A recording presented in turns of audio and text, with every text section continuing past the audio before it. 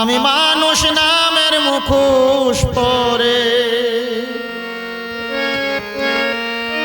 মানুষ নামের মুখোশ পরে যত কুবাসনায় দিন কাটাই,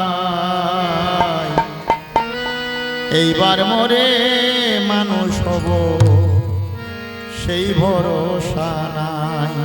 আমি এইবার মরে মানুষ হব সেই ভরসা নাই। আমি মানুষ নামে মুখোশ পরে, মানুষ নামের মুখোশ পরে কুবাসনা দিন কাটাই, এবার মরে মানুষ হব সেই ভরসা নাই। এবার মরে মানুষ হব সেই ভরসা নাই।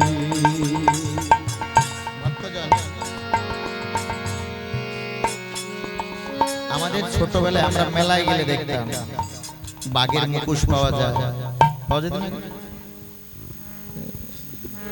প্লাস্টিকের, এখন আছে। কিন্তু উনি যে গানটা লিখলেন আমাদের লজ্জা লাগছে না যে আমরা নাকি মানুষের মুখোশ লাগাইছি। আমরা মানুষ নামের মুখোশ পরে কুবাসনায় দিন কাটাই, এইবার মরে মানুষ হব সেই ভরসা নাই। আছেনি এখানে একজন যে আমরা এবার এবার মরবো, সবাই তো মরবো। আজকে আমাদের বৃন্দার জন্মদিন, ওর বয়স বাড়ছে না কমছে? হ্যাঁ, আমরা দেখছি কি বাড়ছে। আসলে ওর বয়স ধীরে ধীরে কমছে। ওর জন্য যতটুকু নির্ধারিত আয়ু ছিল এর মধ্যে থেকে 1 বছর কমে গেছে। আগামী বছর 2 বছর 3 বছর আস্তে আস্তে আস্তে আস্তে তার ওই যে যখন 50 হয়ে যাবে তখন একটা সিগন্যাল চলে আসে।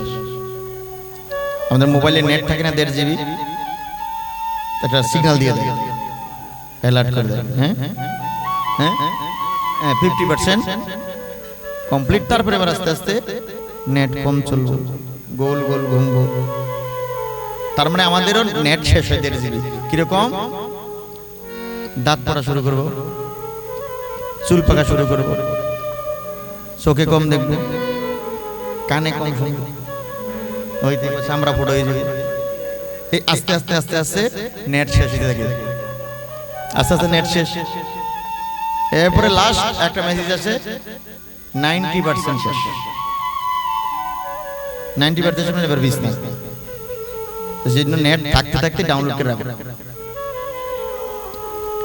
নেট থাকতে থাকতে ডাউনলোড করে নাও, পরেও শুনতে পারবে। নেট না থাকলেও শোনা যায়। নেট মানে শরীরে রূপ যৌবন তেজ থাকতে থাকতে সাধন ভজন করো, অভ্যাস করো, মুখস্থ করো, যেন বিছনায় পড়ে গেল হরে কৃষ্ণ হরে কৃষ্ণ কৃষ্ণ কৃষ্ণ হরে হরে হরে রাম রাম রাম হরে হরে। আমরা বুঝি না, আমরা গায়ে জোরে চলতেছি, গায়ে জোরে চলছে কেমন। যাই হোক, আমরা অত্যন্ত ভাগ্যবান। প্রদীপ বাবুকে অনেক অনেক ধন্যবাদ। উনি আমাদের এই ভাগবত ভক্তি যে অনুষ্ঠানগুলি কীর্তন উনি সবসময় প্রচার করেন। সারা ত্রিপুরার যে যেখানে যেখানে কীর্তন হয় প্রদীপ বাবুর চ্যানেলে দেখা যায়। আমি খুব ফলো করি, উনি খুব কীর্তন প্রেমী মানুষ। ভগবানের সেবা এক একজন এক একভাবে করছে। খালি যে মন্দিরে দুটি ঘন্টা ঘুরাইয়ে ধূপকাঠি দিলেই সেবা হবে তা না, এক একজন এক একভাবে করছে। মূলত ভগবানের সেবা।